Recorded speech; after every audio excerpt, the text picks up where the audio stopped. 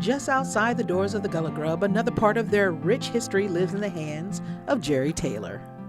JERY is an internationally known authentic sweetgrass and bulrush basket weaver, and most weekends and quite a few weekdays, you can find her sitting on this porch pulling, turning, and twisting hand-picked material into beautiful baskets, using a technique that originated in Sierra Leone, West Africa.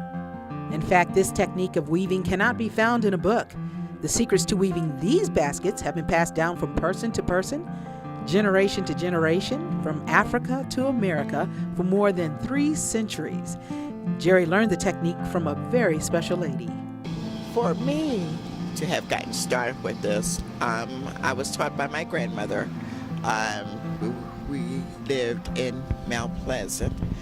When I first got started with this, it was in Boone Hall Plantation, where we lived at the time, and we got started, doing basket.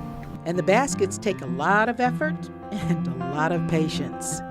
Like a small basket, how long would that normally take you? Well, there is, it's a question that people ask that you cannot give an answer to. Baskets take time to make. I can't say it's going to take 40 hours in whatever, because it depends on the style, it depends on the size of a basket, but this is not something that we time. It's never about the time when it comes to the Africans. It's about getting the work done. So it's whatever time it takes to get that piece done that you're working on. We don't have any particular time. It's from beginning of a basket to the ending of a basket. That's what it takes. It's amazing to watch how the age techniques of her African ancestors can create something so beautiful and new, one twist at a time. Even the spoon JERY uses relates to the past. Hundreds of years ago, instead of the spoon, they used to use animal bones. Bones from maybe a pig or a cow. And then they switched over to nails and glass. And to this day, though, no matter the tool one chooses to use to make these gorgeous baskets, the tool itself is still called the nail bone. In these baskets, in the materials, you have to get it just right. After cutting or pulling our materials, when getting the pine straw, when it comes to the palmetto, everything has to be done just right in order for we to do these baskets. It have to have a certain flexibility in order for us to get it just the way we need it. Yeah, so the sweetgrass has to be dried. The bulrush, after cutting it, needs to be dry.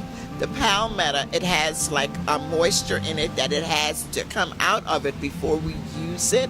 So everything that we use has to be done and has to be dry in a certain way in order for us to do it, use it. It takes time, patience, and a little thing we call physical aptitude. Oh, it's physical. It's physical. Yeah, I climbed, the tree in order to cut the very center of the palmetto tree in order for me to use it to, make the baskets. And what beautiful baskets they are. Each one made with special attention by JERY, one basket at a time. After all of the hard work and time that she puts into making these baskets, I had to ask her one question. I wondered what she thought her grandmother would say. Well, it's a tradition, and this is what we have done.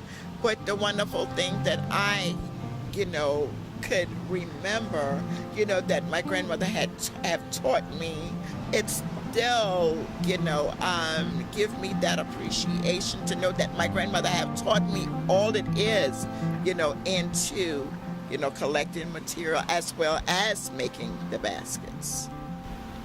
So she would probably say, job well done. Job well done. Job well done. Yes. Thank you. Okay, thank you. Oh, that's great. A job well done indeed. At the end of the day, JERY invited me to a backyard party. No, a house party. Well, maybe a picnic. I'm not sure what you would call it. Let's just say she took me to see some great people on the Sea Islands for a great time, great music, and again, some great eating. There were even 2 stocked electric refrigerators out in the backyard just for our convenience. It really was a wonderful time with people that I seem to feel like it's family. Jerry Taylor continues to make her baskets on the porch of the Gullah Grub. And if you'd like to purchase one or more of these beautiful baskets and you'd like to have more information, here's where you can write.